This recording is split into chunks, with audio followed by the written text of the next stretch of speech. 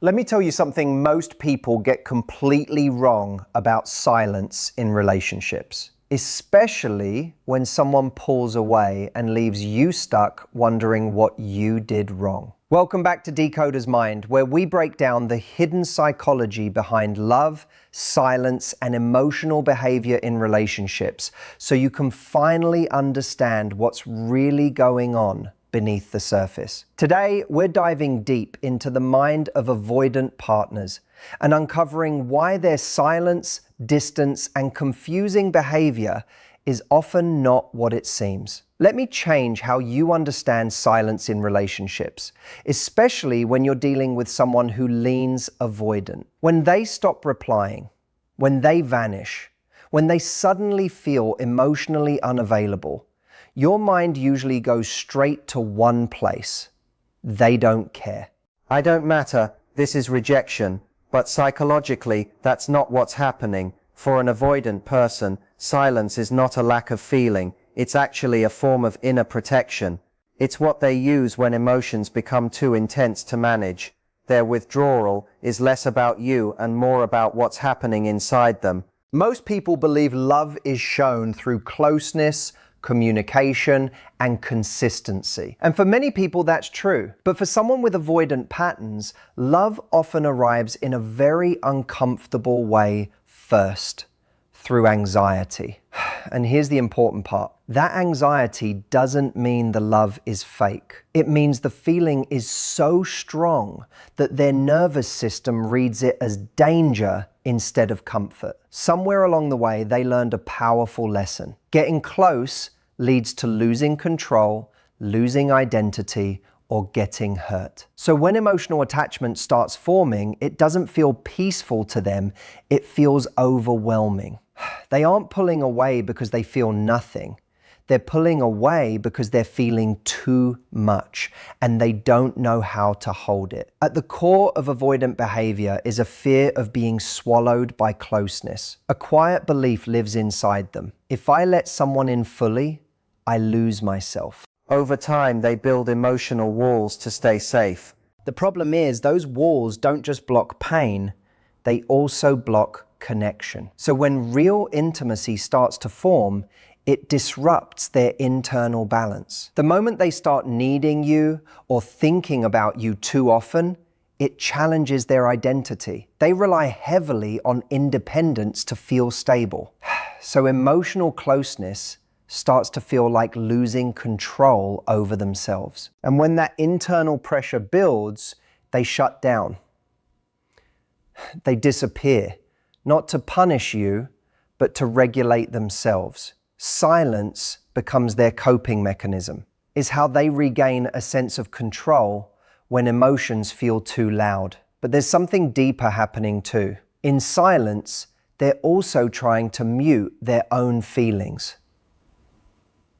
Because once they fully acknowledge how much they care, they would also have to face vulnerability, risk, and emotional responsibility. And that scares them. This is where misunderstandings happen. From the outside, it looks like distance means disinterest. But in avoidant psychology, distance is actually a response to emotional overload. The connection itself is what triggers the retreat. They're not running because they want less. They're running because they don't know how to handle what they already feel. This doesn't justify emotional inconsistency or poor treatment, but it does help you stop personalizing everything. Their withdrawal is not a reflection of your worth. It's a reflection of their internal struggle. In many cases, silence is actually their strange version of attachment. It's not healthy or clear, but it's real in its own way. It's their attempt to hold on without feeling consumed. So when they go quiet, the more useful question isn't, why don't they care? It becomes, what is this closeness bringing up in them that feels too intense to stay present with? Because silence is often not the absence of love. It's the collision between love and fear. Now, there's another pattern you might notice. Small, inconsistent interactions. A random message, a late night hey, watching your stories without engaging, a like here and there, then disappearing again. It's easy to dismiss these as meaningless. But in avoidant behavior, these small touches often carry emotional weight. They're not always trying to reconnect in a full way. They're trying to stay connected without getting overwhelmed. It's like they want closeness at a distance. They want to feel you are still there without stepping into the intensity of real engagement. So instead of deep conversation, they offer fragments. Instead of vulnerability, they offer presence without exposure. This is the push-pull cycle. One part of them wants connection. The other part fears it. When they send something small, it's often not about starting something new. It's about checking their own emotional reaction. Can I handle contact? Can I stay calm if I engage? Am I still in control? These micro interactions can look confusing from the outside, but internally they're a form of emotional testing. They learned early on that direct emotional expression can lead to rejection, misunderstanding, or pain. So instead, they communicate indirectly, through small signals instead of clear words. Those tiny actions are not nothing. They are controlled attempts to stay emotionally near without risking overwhelm. At the same time, their biggest fear isn't just closeness, it's dependency. The moment they realize someone affects their mood, thoughts, or inner stability, panic starts to rise. That's when they pull back again, not because they don't care, but because caring feels too powerful to manage. So they stay in the middle zone, not fully gone, not fully present, close enough to feel connected, distant enough to feel safe. What you see as mixed signals is actually internal conflict playing out externally. And here's something important. If someone truly didn't care, they wouldn't keep checking in at all. They wouldn't maintain invisible threads of connection. Their presence, even in small forms, shows that emotional attachment still exists. It's just buried under fear and defense mechanisms. In many cases, they're not trying to forget you. They're trying to manage the fact that they remember you too strongly. And when real closeness does happen for a moment, something interesting occurs. Right after emotional intimacy, they often withdraw again. From your perspective, it feels like rejection. But internally, it's often the exact moment their emotions become undeniable. When things feel safe and close, their system misinterprets it as loss of control. So the nervous system activates protection mode. They might get distant, distracted, cold, or overly busy, not to hurt you, but to calm what feels like emotional overload inside them. These reactions are automatic. They're not calculated decisions. They are survival responses shaped by past emotional experiences where closeness may have felt unsafe. At a deeper level, part of them is trying to protect their identity because love challenges the boundaries they built to feel independent and safe. But here's the paradox. If you didn't matter, none of these defenses would activate in the first place. Emotional walls only rise where emotional impact exists. Your presence touches something real in them, something they haven't fully learned how to hold yet. So instead of chasing their retreat or taking it personally, the shift is to understand what's happening beneath it. Their distance is not always the end of connection. Sometimes it's the pressure valve of emotional intensity. Let me pull back the curtain on something most people completely misunderstand about avoidant partners: the illusion that they forget. It can look like they don't remember your birthday, like they forgot the song from your first trip together, like your favorite coffee order never even registered in their mind. But what you see on the surface is not what's happening underneath. Behind that calm, detached expression is often a mind that records everything. Avoidant attachment doesn't mean emotional emptiness. It often means emotional overprocessing without expression. Their system becomes highly alert to detail because control is how they feel safe. So while they may act casual or indifferent, their internal world is actually collecting data constantly. The way you react when you disagree, the exact moment your texting slows down, what you wore on a specific day, the first time they felt emotionally safe around you. It's all stored. From a neurological point of view, this makes sense. People with attachment wounds often develop hyper-awareness. Their nervous system stays on alert for signs of abandonment, constantly scanning for emotional shifts. How fast did she reply? Did his tone change? Did something in her energy feel different? On the outside, they look calm. On the inside, they're tracking everything in high resolution. That's why months later, they can suddenly remember something small you once said in passing, or bring up a detail you thought was forgotten. It wasn't forgotten. It was stored. But instead of openly showing that they remember, they often hide it. Not because they don't care, but because remembering creates emotional responsibility. And responsibility feels risky to someone who protects their independence at all costs.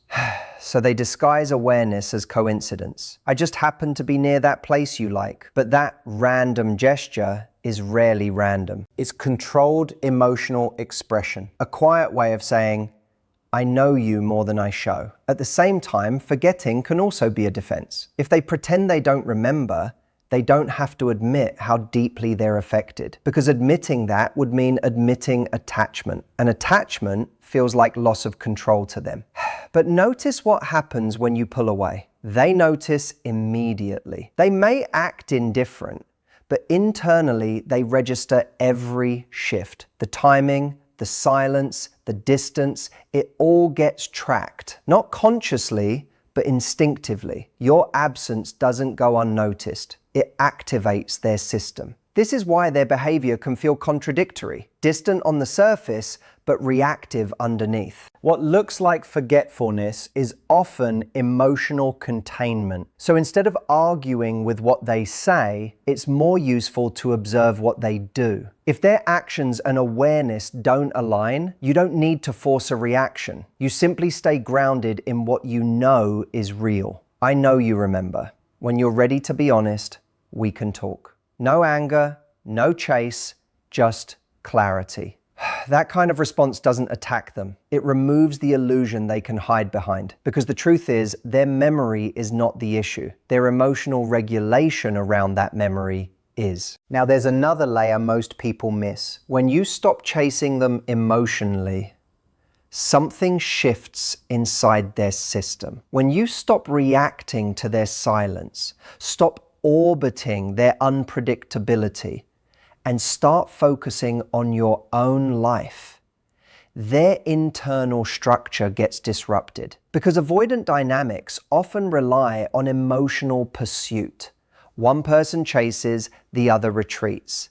That balance creates familiarity. But when you detach with calm self-respect, not anger, not games, but genuine independence, you break that cycle. And that's where confusion begins for them. Not because you're trying to hurt them, but because you're no longer playing the role they expected. You're not begging, you're not chasing, you're not stuck, you're building your own direction. And that creates something they struggle with more than closeness itself: irrelevance. Avoidant individuals are not only afraid of intimacy, they are also afraid of not mattering. When they realize you can exist fully without constantly reaching for them, their internal narrative gets challenged, because you were supposed to be the one who stayed emotionally available while they stayed distant. That structure gave them control. Now that structure is gone, and in that space they may reappear in small ways: a message, a memory, a check-in that feels random but isn't. Not always because they're ready for connection, but because they're trying to understand where they now stand in your emotional world. This isn't always manipulation. Often it's confusion. But the key point is this: your growth changes the dynamic. When you stop operating from emotional dependency, the entire push-pull pattern loses its power. You're no longer reacting, you're observing. And that changes everything. Because now their silence no longer defines your stability. Now your peace doesn't depend on their presence. And that is what creates the real shift. Not begging for clarity, not chasing explanations, but becoming someone who no longer collapses in uncertainty. And when that happens, even their distance starts to lose its control over you. Now let's go deeper into something even more emotionally charged. When an avoidant sees you fully expressed, your sadness, your tears, your raw honesty, it often creates a reaction people misinterpret completely. They may freeze, withdraw, go quiet, even step away. And in that moment, it can feel like rejection. But often, it's not rejection at all. It's overwhelm. For many avoidant individuals, emotional vulnerability wasn't something they grew up around safely. It was often chaotic, unsafe, or used against them. So when they are faced with real, unfiltered emotion, they don't always know how to respond. It disrupts their internal system. Your vulnerability isn't too much. It's just too real for the emotional tools they developed. And here's the paradox. If they didn't care, they wouldn't react at all. Indifference doesn't freeze. Indifference doesn't hesitate. Indifference doesn't linger. Their reaction, confusion, silence, withdrawal, often shows impact, not absence of it. Your emotional honesty puts them in front of something they don't know how to handle, but also can't ignore. And over time, even if they don't respond in the moment, your authenticity stays with them, not as drama, but as memory. So instead of shrinking yourself to make others comfortable, the real strength is in staying emotionally honest without self-abandoning, not forcing them to respond, not chasing validation, but refusing to hide your truth just to avoid discomfort, because your emotions are not the problem. They are the signal. And what someone does with that signal, whether they grow toward it or pull away from it, is not something you control, but it is something you learn from. Your clarity reveals everything. And in the end, whether they come closer or step back, your truth is never wasted. In the end, what you're really learning is this: silence is rarely empty, and emotional distance is rarely simple, especially with avoidant patterns. What looks like forgetting, indifference, or withdrawal is often a mix of fear, overwhelm, and internal conflict they don't know how to express. But the most important shift is not about decoding them. It's about reclaiming yourself. When you stop chasing clarity and start standing in your own emotional stability, everything changes. You no longer measure your worth through their reactions or silence. You begin to see patterns without getting trapped in them. Whether they come closer or stay distant, your truth remains the same. You are no longer waiting in confusion. You are moving in awareness, self-respect, and emotional strength. And that is where real freedom begins. If this helped you see things more clearly, don't forget to like, subscribe, and hit the bell icon so you never miss what we uncover next on Decode His Mind, And if this message resonated with you, comment the word awakened below. I'd love to know you're here and part of this journey.